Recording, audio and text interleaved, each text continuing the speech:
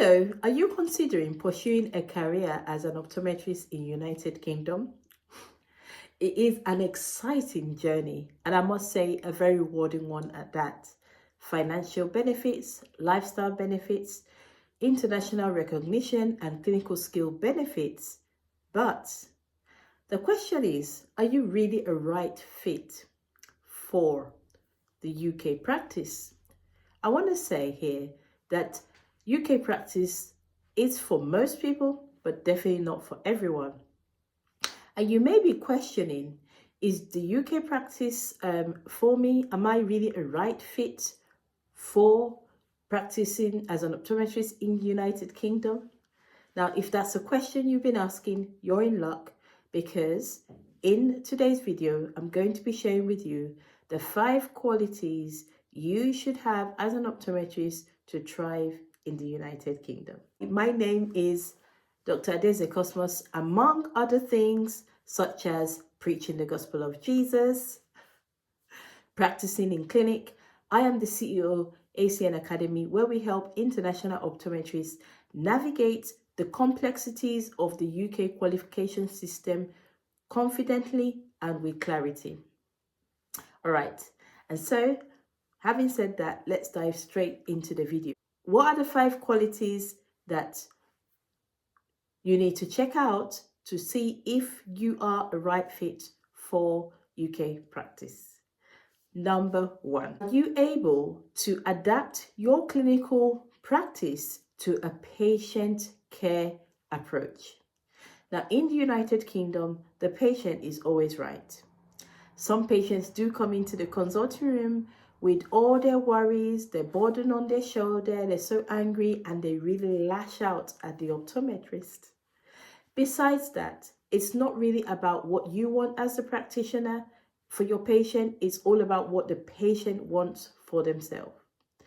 And so, as we continue to practice in clinic, everything we do is patient-centered, including the recommendations, whether it be glasses, medications, or referral. The patient is at the center of decision. So if you're able to put your patient at the center of everything you do in the consulting room, that's already one green flag that you are a right fit for UK practice. Number 2, are you able to adapt and to take in and to advance with the clinical and advanced care that is needed to see patients in the United Kingdom?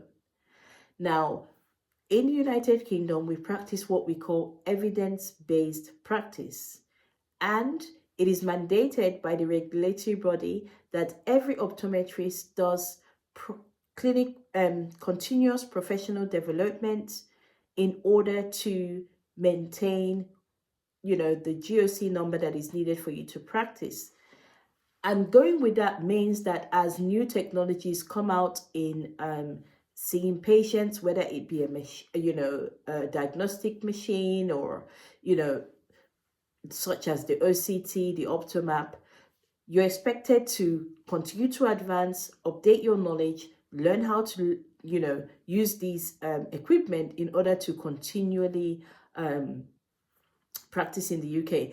Literally, recently we got a document from one of the opticians to say that if you do not have, the clinical skills, you've not gone through the training to use the Optomap, then you can't work for them. These are the things that we're talking about. So if you're one that is stuck in your ways, I really just know how to do this particular technique, I'm not really tech savvy, I can't even learn, it busts my brain, I just like to use my hand and just write down, then maybe UK practice definitely may not be for you. All right. So, and number 3 would be, are you able to work in a structured and regulated environment? The United Kingdom is heavily regulated in all sectors, including optometry. There's so many regulatory bodies and so many, what I call them, laws and write-ups as regarding the way you're supposed to practice, the way you're supposed to see individual cases. So they have, maybe I'll give you an example, in the glaucoma regulations, it could say a 35-year-old with maybe corneal thickness of 600 with pressures of 300, 300, the eye is busting, no, pressures of 30, this is what you're supposed to be doing.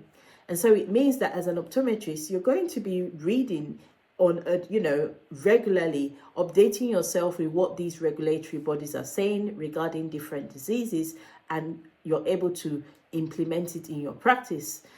Having said that, it simply means that if you're one that is not really keen on reading, updating your knowledge, you're not really able to adapt and regulate your practice so that you are in sync with what the regulatory bodies have stipulated in their guidelines, maybe not. But if you're one that is ready to learn and ready to go with what they have advised, then definitely you have a third green flag for practice.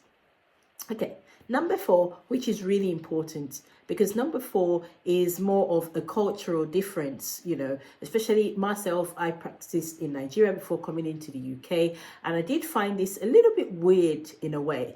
And it's all about the diverse interactions you're going to be having with patients, with the patient family, and even with the medical team. And so if you are a team player, you're able to understand that whether you're the optometrist, the other person is the cleaner, the next person is the manager, and the optical assistant, we're all the same. Equality in the workplace. I can see the patients and you can clean the floor. 2 of us are needed to ensure that the clinic moves ahead. And so no one is better than the other. We do have a lot of cases of some international optometrists coming in, and when they're asked to do something on the shop floor, such as maybe change the bins, clean the glasses, they're just like, what the heck? I'm a doctor of optometry. How dare you tell me to work on the shop floor? Well, just so you know that is the way practice is in the UK. Okay. Especially in the beginning stages when you're doing the pre-registration year and all. It's not always going to be inside the consulting room. Going to be on the shop floor, relating with patients, maybe cleaning, doing 1 or 2 things that maybe does not fit your classy status of doctor of optometry, but that's the way it works. And so if you're able to adapt and work in as a team member, you're able to respect everyone in their different roles. You're very flexible to learn and to do the things that you need to do as you climb the ladder of optometry in the United Kingdom. Definitely, that is the 4th green flag for you. All right, I'm going to pause here and I want to hear from you. How are all these sounding? Is it something you thought about before? Now, I want you to check your UK quality meter. Have you got 4 green flags? Is there a bit of red in there? Or have you got 3 red strikes and 1 green flag? Well, I want to say that everything we're mentioning here is not like stuck in stone that you can't modify. It's all about knowing what is needed, and then you modify in order to do what the needful is, isn't it? Okay, so before I go into the very last one, which is so important, really key, this is the one that you really need to watch out for. I want you to hit the subscribe button if you're getting any value, and I want you to give us a like, because that tells YouTube that yes, this video is valuable and they can push it out to more optometrists. Put a comment in the comment below, and also let your friends know about this channel, because we talk about everything optometry qualification in the UK, and it's really helpful not just for the UK, but even for if you're moving from your home country, you're going to somewhere like America, Canada, Northern Ireland, Scotland. Everything that we learn here is really helpful.